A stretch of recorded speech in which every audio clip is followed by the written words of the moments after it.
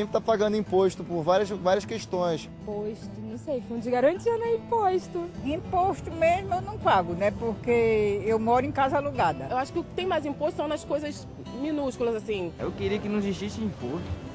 Era bom para todo mundo. Eu fiquei muito desconfortável de saber que tem tanta coisa embutida nos produtos que a gente adquire.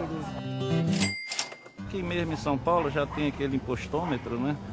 Mas poucos conhecem, falta divulgação, né? Às vezes o produto nem tem tanto valor assim e acaba ficando muito mais caro por conta dos impostos.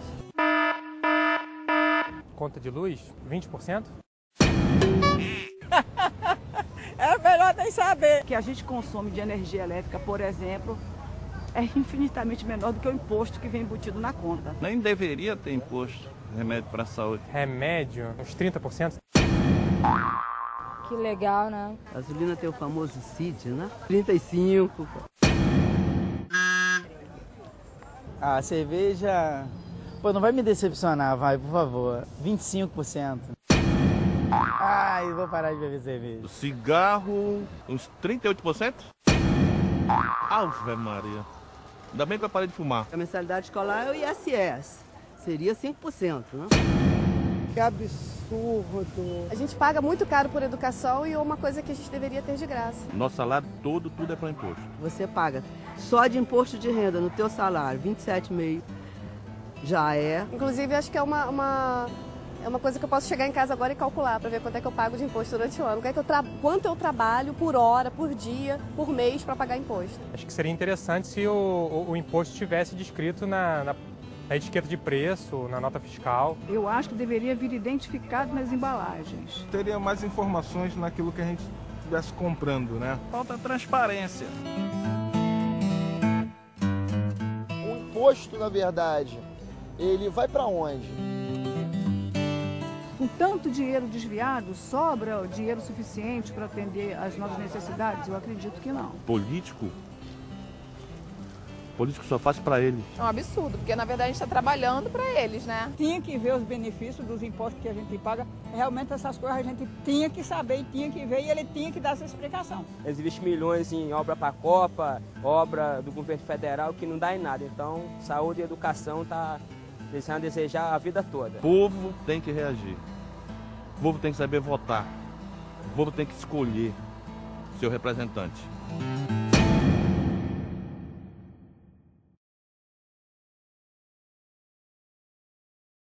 Tributo é uma obrigação financeira que se paga ao poder público perante a uma situação lícita por toda pessoa física ou jurídica e é pago em moeda vigente. O tributo nasce por meio de um código regido chamado Código Nacional Tributário e que hoje conta com 88 tributos segmentados em 5 espécies, sendo elas: o imposto. O imposto é todo encargo financeiro gerado por lei, aplicado para pessoa física e pessoa jurídica. O não pagamento pode acarretar em uma sanção prevista na lei. Um exemplo de imposto é o IPVA, que é todo o encargo arrecadado pelo governo estadual sobre a propriedade do automóvel. A taxa é uma exigência financeira à pessoa física ou jurídica para se usar certos serviços fundamentais, e ela é imposta pelo governo. Um exemplo de taxa é a taxa de lixo ou a taxa de iluminação. Contribuição de melhoria. É todo o encargo financeiro aplicado quando ocorre uma valorização imobiliária. O exemplo disso é no estádio em Itaquera, do Corinthians. Vai sofrer uma valorização dos imóveis, portanto, os moradores correm o risco de pagar essa taxa. O empréstimo compulsório é um tributo pouco utilizado. Ele só é utilizado em situações de calamidade pública, onde o governo pode reter compulsoriamente o dinheiro do contribuinte. Contribuição é o tributo destinado para demandas específicas. Exemplo disso é o ICP, que é o tributo destinado para a iluminação pública das cidades. O impostômetro alcançou a cifra de 700 bilhões de reais em tributos federais, estaduais e municipais pagos pelos brasileiros este ano. Os impostos pesaram no bolso dos brasileiros mais cedo, em 2012. No ano passado, a soma dos tributos pagos só chegou a esse volume em 27 de junho. Os impostos são pagos, não é, com o dever dos cidadãos, e eles vão para o governo federal, o governo estadual, o governo municipal, dependendo da sua especificidade, e eles voltam, ou deveriam voltar, em prestação de serviço para a comunidade. Por exemplo, a questão dos asfaltos, tratamento de esgoto, questão da malha viária, folha de pagamento dos funcionários, todo o serviço que é pago pelo poder público, em tese, tem dinheiro da contribuição arrecadada de impostos. Alguns impostos eles são destinados diretamente para o governo federal. Outros impostos eles vêm para o governo do município. O IPVA, que não deixa de ser uma contribuição de imposto, vai para o governo do estado. Dois são os impostos cobrados direto da fonte de renda do trabalhador, o salário. O primeiro, conhecido como o desconto do IRRF no salário, é o imposto de renda retido da fonte, que varia de acordo com a faixa salarial do trabalhador. Então você tem uma faixa entre 7,5%, 15%, 22,5% e um teto de 27,5%. Vale ressaltar que esse imposto é cobrado para que o governo possa investir em obras de educação, lazer, habitação, entre outras, como o CEL, Centro de Educação Unificado, que visa dar educação às crianças de determinada sociedade.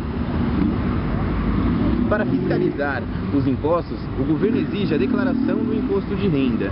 Essa declaração, conhecida por muitos como leão, ela serve para evitar a sonegação de impostos e conseguir evitar o enriquecimento ilícito também, que é o enriquecimento de uma forma ilegal, quando a pessoa ela consegue reter dinheiro e não precisa pagar, e não paga nada ao governo por esse dinheiro, não paga taxa, não contribui à sociedade. O INSS é uma sigla para Instituto Nacional de Seguro Social, que é um órgão da Previdência Social. A Previdência Social é um seguro que você, trabalhador, paga enquanto trabalha. A função do INSS é pegar esse dinheiro e redistribuí-lo para pessoas que não teriam como constituir renda de outra forma. Esse imposto descontado diretamente na fonte varia de 8% a 11%. Essa variação se dá pela quantidade do salário. Quanto maior o salário, maior será esse desconto. A forma como esse dinheiro é redistribuído é feita através de pensões e aposentadorias. As pensões são garantidas a trabalhadores que consigam comprovar que não tem mais como ingressar no mercado de trabalho e por isso necessitam dessa renda. O salário mínimo nacional atualmente é de R$ 678, porém ele passa longe de ser o ideal para suprir as necessidades básicas dos trabalhadores do Brasil. Uma pesquisa do Departamento Intersindical de Estatísticas e Estudos Socioeconômicos, o DIEESE, segundo essa pesquisa, o salário mínimo no início do Plano Real, que era de R$ 64,76, deveria ser de R$ 590,33. Em janeiro de 2002, o salário mínimo subiu para R$ 180. E segundo a pesquisa, o ideal seria de R$ 1.116,66. Já em janeiro de 2010, ele chegou a R$ 510, o salário mínimo real. Porém, a pesquisa indica que o ideal seria R$ 1.987. Atualmente, o salário é de R$ 678, mas a pesquisa aponta que o mínimo para o brasileiro poder suprir as suas necessidades básicas seria de R$ 2.824,92. Um dos principais motivos para o salário mínimo do brasileiro não ser suficiente para as necessidades dele é porque ele nunca acompanha a inflação, que é o aumento generalizado de todos os preços. Então, se você tem um aumento de preço muito maior do que o seu reajuste salarial, automaticamente você não vai conseguir vencer todos os seus gastos. O que você faria com R$ 35 mil a mais por ano? Compraria um carro novo? Faria compras, viagens, festas? Bem, em 2011 o governo arrecadou o valor recorde de 1,4 trilhões de reais, que representa aproximadamente R$ 35 mil por família brasileira. Mas como assim se você não ganhou tudo isso? Bem, tudo que você consome é taxado em todas as fases da produção e por isso aproximadamente 50% do valor final de cada produto vai direto para os cofres do governo, deixando tudo mais caro. A taxação é tão descarada que o mesmo carro produzido no Brasil é vendido para nossos irmãos por apenas R$ 15 mil por conta da isenção de impostos. E você já se perguntou para onde vai todo esse dinheiro? Agora imagine o que você conseguiria fazer com 35 mil reais a mais durante um ano. Você poderia pagar o aluguel do seu apartamento, pagar a escola particular para 2 crianças, um plano de saúde para que você não morra na fila do SUS esperando pelo atendimento, assim como os nossos políticos fazem. E ainda você poderia fazer as compras do mês para o ano todo. Mas agora pare e pense. Se não houvessem impostos, os preços automaticamente cairiam pela metade. Logo, você ficaria com dinheiro para pagar conta de luz, gasolina do seu carro, livros e material escolar para seus filhos e até mesmo a possibilidade de ter um policial bem pago em cada esquina. E por que não dar um pulinho em Nova York para fazer umas comprinhas? E no final ainda lhe restariam uns 10 reais, com os quais você poderia fazer uma caridade doando para o governo. Afinal de contas, 10 reais de cada brasileiro representariam 1,9 bilhões de reais. Quantia suficiente para os políticos ficarem brincando de fazer leis. Temporada fora, porque infelizmente, apesar de o Brasil ser um dos países mais ricos do mundo, também detém um dos menores índices de desenvolvimento humano. Vamos mudar isso. Você sabia que o Big Mac brasileiro é o 5º mais caro do mundo, custando 11,25? Enquanto no Japão, Tóquio precisamente, o Big Mac custa 7 reais. E olha que Tóquio é uma das cidades mais caras para se viver. Isso não ocorre somente com o Big Mac. O Brasil tem de frango quase que a China tem de gente, cerca de 1 bilhão segundo o IBGE. Exportamos o frango para a Alemanha e lá ele custa cerca de 9,50 com as fritas. Aqui o mesmo frango custa cerca de 20 reais sem as fritas. Aí você se pergunta, de quem é a culpa? A culpa do governo, é da indústria e também é nossa. Somos o 75º país em PIB por habitante, mas temos a 14ª carga tributária mais alta. No Brasil, são 88 tributos, sendo federais, estaduais e municipais, que vão desde a taxa da aposentadoria até a taxa do lixo.